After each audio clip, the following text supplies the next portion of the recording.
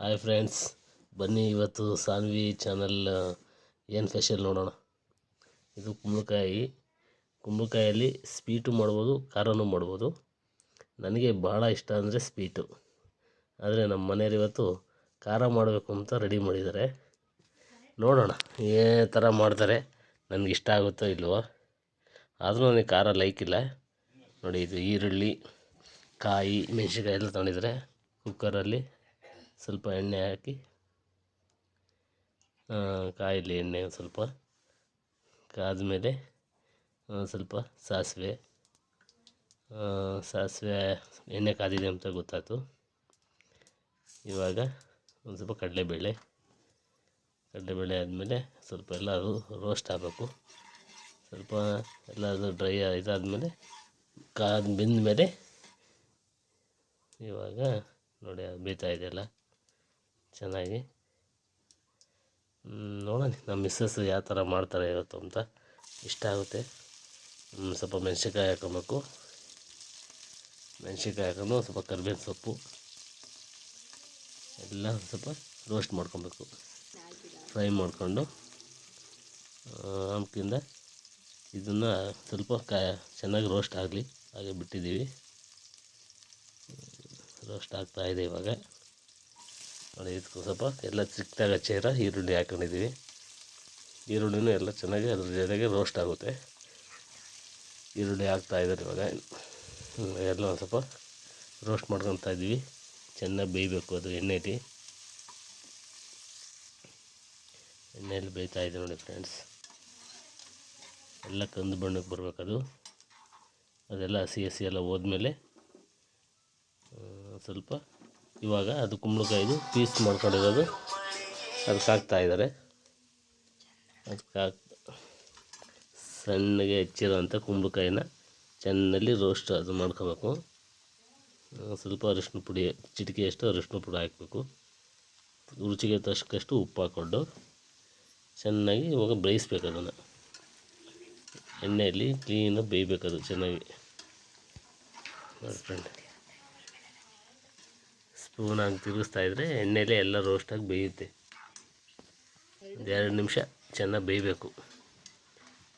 ಬೇಯ್ದ ಮೇಲೆ ಅದೆಲ್ಲ ಒಂದು ಸ್ವಲ್ಪ ನೀರೆಲ್ಲ ಬಿಟ್ಕೊಂಡು ಡ್ರೈ ಆಗುತ್ತೆ. ನೋಡಿ ಫ್ರೆಂಡ್ಸ್, ಇವಾಗೆಲ್ಲ ಯಾವ ಥರ ಇದೆ, ಸ್ಮೂತ್ ಆಗುತ್ತೆ. ಅದು ರಫ್ ಆಗಿರೋದು ಕುಂಬಳಕಾಯಿ ಪೀಸು ಸ್ಮೂತ್ ಆಗುತ್ತೆ.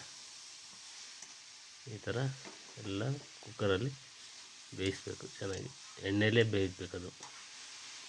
ಎಣ್ಣೆಲೇ ಬೇಯ್ತಾಯಿದ್ರೆ ಚೆನ್ನಾಗಿರುತ್ತೆ. ಇವಾಗ ಹಾಗೆ ಸ್ವಲ್ಪ ಕಾಯಿ ತುರಿ, ಇದು ಕೊತ್ತಂಬರಿ ಹಾಕಿ ಇನ್ನೂ ಸ್ವಲ್ಪ ಎಲ್ಲ ಕ್ಲೀನಾಗಿ ಮಿಕ್ಸ್ ಮಾಡಿ ಹಾಗೆ ಬೇಯಿಸ್ಬೇಕು ಚೆನ್ನಾಗಿ. ಸ್ವಲ್ಪ ಹೊತ್ತು ಬೇಯಲಿ, ಮುಚ್ಚಿಬಿಟ್ರೆ. ನೋಡಿ ಫ್ರೆಂಡ್ಸ್, ಇವಾಗ ಹಂಗಿದೆ, ಚೆನ್ನಾಗಿ ಬೆಂದಿದೆ. ಇವಾಗೆಲ್ಲ ಸ್ವಲ್ಪ ಕ್ಲೀನಾಗಿ ಮಿಕ್ಸ್ ಹಾಕಬೇಕು. ಕ್ಲೀನಾಗಿ ಮಿಕ್ಸ್ ಆದಾಗ ಒಂದು ವಿಜಿಲ್ ಕೂಗಿಸ್ಕೊಳ್ಬೇಕು ಫ್ರೆಂಡ್ಸ್, ಕುಕ್ಕರ್ ಹಾಕಿ. ನೋಡಿ ಫ್ರೆಂಡ್ಸ್, ಇವಾಗ ಕೂಗಿಸಿದ್ದೀವಿ. ಹೇಗಿದೆ ನೋಡಿ. ನನಗೇನು ಇಷ್ಟ ಇಲ್ಲ, ಆದ್ರೂ ಟೇಸ್ಟ್ ಮಾಡ್ತೀನಿ ಫ್ರೆಂಡ್ಸ್. ನಿಮ್ಗೆ ಹೇಳ್ತೀನಿ ಯಾವ ಥರ ಇರುತ್ತೆ ಟೇಸ್ಟು. ಎಲ್ಲ ಕ್ಲೀನಾಗಿ ಇನ್ನೊಂದು ಸತಿ ಮಿಕ್ಸ್ ಮಾಡಬೇಕು ಫ್ರೆಂಡ್ಸ್. ಎಲ್ಲ ಮಿಕ್ಸ್ ಆದಮೇಲೆ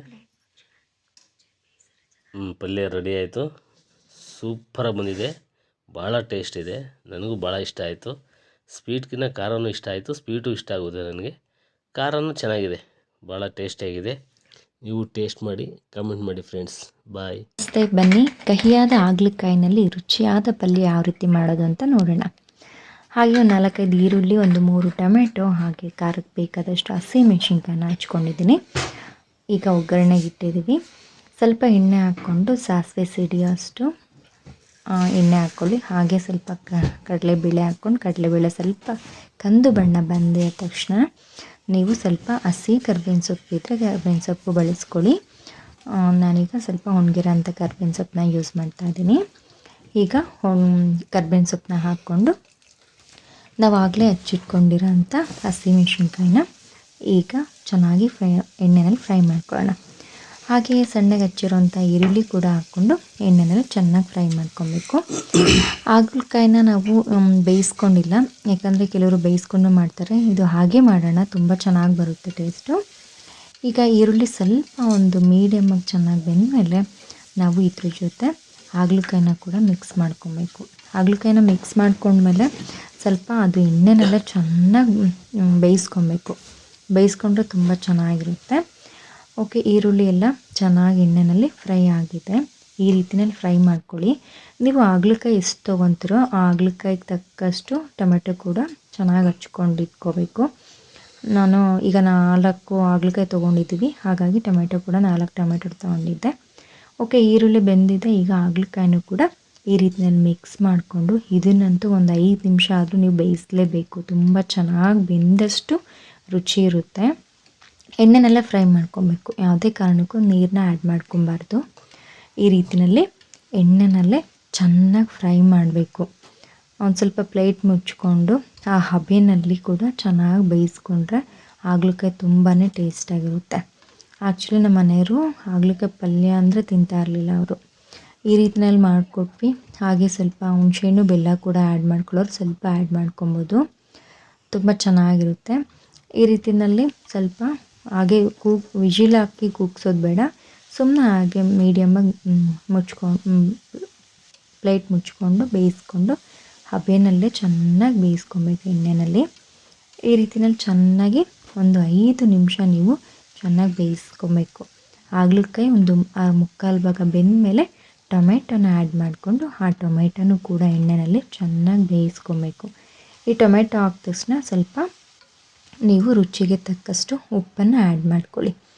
ಆ್ಯಡ್ ಮಾಡಿಕೊಂಡು ಬೇಯಿಸ್ಕೊಳ್ಳಿ. ಆಗ ಸ್ವಲ್ಪ ನೀರಿನಂಶ ಬಿಡುತ್ತೆ, ತುಂಬ ಚೆನ್ನಾಗಿ ಕೂಡ ಬರುತ್ತೆ.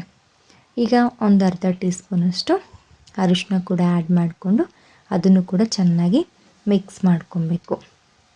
ಹಾಗೆ ಇದಕ್ಕೆ ಕಾಯಿ ಸ್ವಲ್ಪ ಹೆಚ್ಚಾಗಿ ಬಳಸಬೇಕು. ಒಂದು ಅರ್ಧ ಹೋಳು ಪೂರ್ತಿಯಾಗಿ ತುರ್ಕೊಂಡು ಹಾಕ್ಕೊಂಡ್ರೆ ತುಂಬ ಚೆನ್ನಾಗಿರುತ್ತೆ. ಒಂಚೂರು ಕಹಿ ಅನಿಸೋದಿಲ್ಲ. ಈ ರೀತಿಯಲ್ಲಿ ಮಾಡಿಕೊಂಡ್ರೆ ತುಂಬ ಚೆನ್ನಾಗಿರುತ್ತೆ. ಹಾಗೆ ಫುಲ್ ಡಾರ್ಕ್ ಗ್ರೀನ್ ಕಲರ್ ಹಾಗಲಕಾಯಿ ಬರುತ್ತಲ್ಲ, ಅದು ಕೂಡ ತುಂಬ ಚೆನ್ನಾಗಿರುತ್ತೆ. ಅದು ಇನ್ನೂ ಒಂಥರ ಜಾಸ್ತಿ ಕಹಿ ಅನಿಸೋದೇ ಇಲ್ಲ. ಫ್ರೆಶ್ ಆಗಿದ್ದರೆ ಸೂಪರಾಗಿರುತ್ತೆ. ನನಗೂ ಮತ್ತು ನನ್ನ ತಮ್ಮಂಗೂ ಕೂಡ ಅದು ಹಾಗಲಕಾಯಿ ತುಂಬ ಇಷ್ಟ. ಈಗ ನಾವು ಮಾಡ್ತಿರೋ ಅಂಥ ಹಾಗಲಕಾಯಿ ಪಲ್ಯ ನಮ್ಮ ಮಾವರಿಗಂತೂ ತುಂಬಾ ಇಷ್ಟ. ಅವರಿಗೆ ಬರೀ ಪಲ್ಯನೇ ತಿಂತಾರೆ. ಚಪಾತಿ ಜೊತೆನೂ ತುಂಬ ಚೆನ್ನಾಗಿರುತ್ತೆ. ಹಾಗೆ ಊಟಕ್ಕೂ ಕೂಡ ಸ್ವಲ್ಪ ನೆಂಚ್ಕೊಂಡ್ರೂ ಕೂಡ ತುಂಬ ಚೆನ್ನಾಗಿರುತ್ತೆ. ಈ ರೀತಿಯಲ್ಲಿ ಮಸಾಲೆ ಕೂಡ 1-2 ಸ್ಪೂನಷ್ಟು ಮಸಾಲೆ ಹಾಕ್ಕೊಳ್ಳಿ. ಹಾಗೆ ಒಂದು ಸ್ಪೂನಷ್ಟು ಗರಂ ಮಸಾಲ ಕೂಡ ಹಾಕ್ಕೊಂಡು ಈ ರೀತಿ ಚೆನ್ನಾಗಿ ಮಿಕ್ಸ್ ಮಾಡಿಕೊಂಡು ಹಾಗೆ ಇನ್ನೊಂದು ನಿಮಿಷ ಚೆನ್ನಾಗಿ ಬೇಯಿಸ್ಕೊಂಡ್ರೆ ಪಲ್ಯ ಆಲ್ಮೋಸ್ಟ್ ರೆಡಿ ಆಗುತ್ತೆ. ಈ ರೀತಿಯಲ್ಲಿ ಚೆನ್ನಾಗಿ ಬೇಯಿಸ್ಕೊಬೇಕು. ಆದಷ್ಟು ನೀವು ಎಣ್ಣೆನಲ್ಲೇ ಬೇಯಿಸ್ಕೊಂಡ್ರೆ ತುಂಬ ಟೇಸ್ಟಿಯಾಗಿರುತ್ತೆ. ನೀರು ಆ್ಯಡ್ ಮಾಡಬಾರ್ದು. ಈ ರೀತಿಯಲ್ಲಿ ಅರ್ಧ ಹೋಳು ಕಾಯಿ ತುರಿನ ಹಾಕ್ಕೊಂಡು ಹಾಗೆ ಹಚ್ಚಿರೋಂಥ ಕೊತ್ತಂಬರಿ ಸೊಪ್ಪು ಆ್ಯಡ್ ಮಾಡಿ ಮತ್ತೊಂದು ನಿಮಿಷ ಚೆನ್ನಾಗಿ ಬೇಯಿಸ್ಕೊಳ್ಳಿ. ಬೆಂದ ನಂತರ ಪಲ್ಯ ರೆಡಿ ಆಗುತ್ತೆ. ಚಪಾತಿ ಜೊತೆ ಟೇಸ್ಟ್ ಮಾಡಿ ತುಂಬ ಚೆನ್ನಾಗಿ ಬಂತು ಎಲ್ಲ ಪಲ್ಯಗಳು. ಅಂದರೆ ಕುಂಬಳಕಾಯಿ ಖಾರದ ಪಲ್ಯ ಹಾಗೆ ಹಾಗಲಕಾಯಿ ಪಲ್ಯ ಎರಡೂ ಸೂಪರಾಗಿತ್ತು. ನೀವು ಟ್ರೈ ಮಾಡಿ, ಸಬ್ಸ್ಕ್ರೈಬ್ ಆಗಿ. ಮುಂದಿನ ರುಚಿಯಲ್ಲಿ ಭೇಟಿಯಾಗೋಣ. Thank you. ನನ್ನ ಮಗ ಖುಷಿಯಾಗಿ ಪಿ ಓದ್ತಾ ಇದ್ದಾನೆ. ಕಾರಣ ನೀವೆಲ್ಲರೂ ಸಬ್ಸ್ಕ್ರೈಬ್ ಆಗಿ ನನಗೆ ಪ್ರೋತ್ಸಾಹ ನೀಡ್ತಿರೋದೆ. 100 ಮೇಲೆ ಸಬ್ಸ್ಕ್ರೈಬರ್ಸು ಆಗಿದ್ದೀರಾ. ಹೀಗೆ ನಿಮ್ಮ ಪ್ರೋತ್ಸಾಹ ನನಗೆ ಸಿಗಲಿ. ಹಾಗೆ ಇನ್ನೂ ಹೆಚ್ಚಿನ ವೀಡಿಯೋದಲ್ಲಿ ಹೆಚ್ಚು ಹೊಸ ರುಚಿನಲ್ಲಿ ನಿಮ್ಮೊಂದಿಗೆ ಹೀಗೆ ಸದಾ ಇರುವೆ. ಧನ್ಯವಾದಗಳು. Thank you.